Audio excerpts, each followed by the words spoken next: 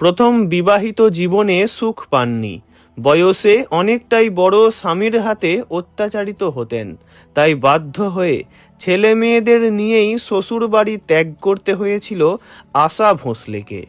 পরে দ্বিতীয় বিয়ে করলেও সে দাম্পত্যও টেকেনি।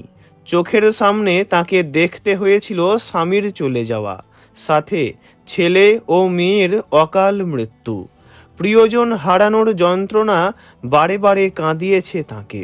2022-এ দিদি লতাকেও হারান আশা ভোঁসলে।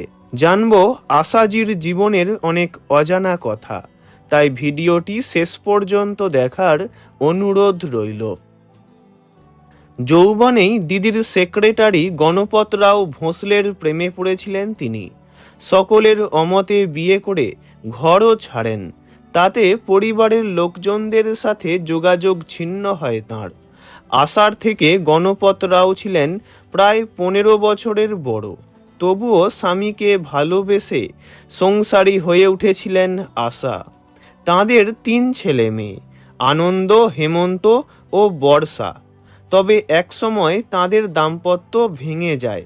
স্বামীর অত্যাচারে অতিষ্ঠ হয়ে 3 ছেলে মেয়েকে নিয়ে দিদি লতার বাড়িতে এসে ওঠেন আশা ভোঁসলে। 1960-এ তাঁদের বিচ্ছেদের পর গানের কেরিয়ারে মন দেন আশা। গানের জগতেই একসময় সঙ্গীত পরিচালক R.D. বর্মনের সঙ্গে তাঁর সম্পর্ক গড়ে ওঠে। দুজনে বিয়ে করলেও একসময় ছাড়াছাড়ি হয়ে যায়। 1994 সালে প্রয়াত হন R.D. বর্মন। এদিকে 3 ছেলে মেয়েকে নিয়ে জীবন বয়ে চলেছিল আশা ভোঁসলের। কিন্তু চোখের সামনে যে ছেলে মেয়েদেরও অকাল মৃত্যু দেখতে হবে তা কল্পনাও করতে পারেননি তিনি। 2012-এ যখন তিনি সিঙ্গাপুরে অনুষ্ঠান করতে গিয়েছিলেন, তখনই মুম্বাইয়ে অবসাদে ভুগে আত্মহত্যা করেন মেয়ে বর্ষা ভোঁসলে।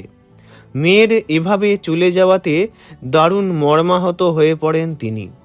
কোনো মতে নিজেকে সামলাচ্ছিলেন একটু একটু করে। তবে নিয়তি ফের তাঁকে সন্তান হারানোর যন্ত্রণার মুখে ঠেলে দেয়। 3 বছরের মাথায় 2015-এ ক্যান্সারে ভুগে মারা যান তাঁর ছেলে হেমন্ত ভোঁসলে। তখনও আশাজি ছিলেন সিঙ্গাপুরে। বড় ছেলের মারা যাওয়ার খবর তাকে ভিতর থেকে একেবারে ভেঙে দিয়েছিল। পরপর 2 ছেলে মেয়ে চলে যাওয়ার শোকে পাথর হয়ে যান আশাজি। শেষ জীবনে আশাজির অবলম্বন ছিলেন তাঁর ছেলে আনন্দ। এছাড়া নাতি নাতনিরাও ছিলেন অবশ্যই।